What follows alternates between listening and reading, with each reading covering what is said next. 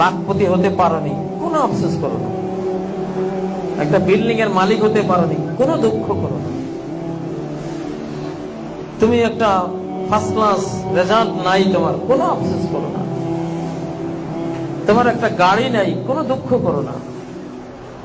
একটা মোটরসাইকেল থাকলে সুন্দরে চলতে পারতাম, নাই, কোনো দুঃখ করো না। লেখাইলা তাসাও আলা মা ফাতাকুম, যা ছুটে গেছে কখনো এর জন্য কোনো চিন্তাগ্রস্ত হইও না, হইলে লসে পড়বা।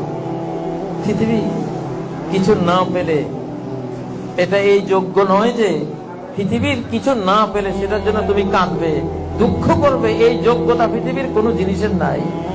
এত বড় মূল্য পৃথিবীর কোন জিনিসের নাই যে সেটা না পেলে তুমি দুঃখ করবে। তুমি এত বড় মানুষ, এত বড় মূল্যায়ন তোমার। আশরাফুল মাখলুকাত, কুল মাখলুকাতের চেয়ে তুমি এতটা বড় যে এই পৃথিবীর কিছু না পেলে তুমি একটু দুঃখ করবা। আল্লাহ বলতেছেন তোমার জন্য উচিত হয়, তুমি এর চেয়ে কত বড়। তুমি রিক্সা চালক হলেও মরলে 10 পৃথিবীর তুমি বাদশা, কমপক্ষে 10 পৃথিবী।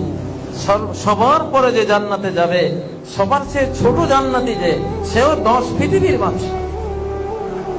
কি হারালে তুমি? এত বড় হয়ে 10 পৃথিবীর বাদশা হয়ে একটা বিল্ডিং এর জন্য কাঁদলে, আফসোস করলে, একটা মোটরসাইকেলের জন্য মনটা ভার, কেমন হলো? তোমার শানে এটা মানায় না। ওয়ালা তাফরাহু বিমা আতাকুম, পৃথিবীর কিছু পেলেও এর জন্য আনন্দিত হয়ে না। সারা পৃথিবীর বাদশা হলেও আনন্দের কিছু নেই।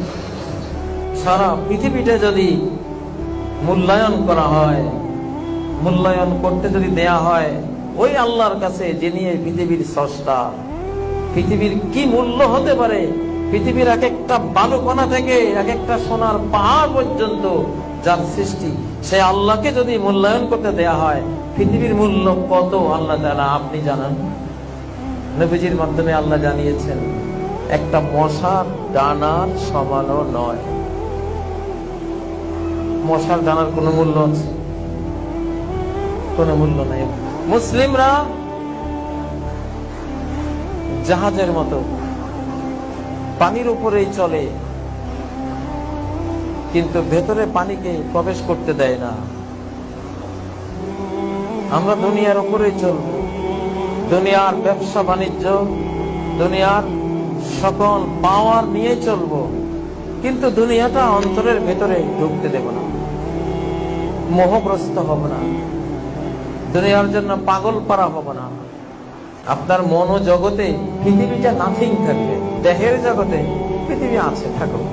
সাগরের জাহাজের মতো সে পানির উপরে ভাসে, সাগর মহাসাগরের উপরে ভাসে, কিন্তু এক বিন্দু পানিও তার পাটাতন ভেদ করে, তার তলা ভেদ করে ভিতরে ঢোকার অনুমতি নাই। নৌকাতে ঢুকলেও জোর করে ঢুকে, আবার সেচে ফেলে দেয়। ঢুকলি কেন? এই জন্য সেচে ফেলে দেয়।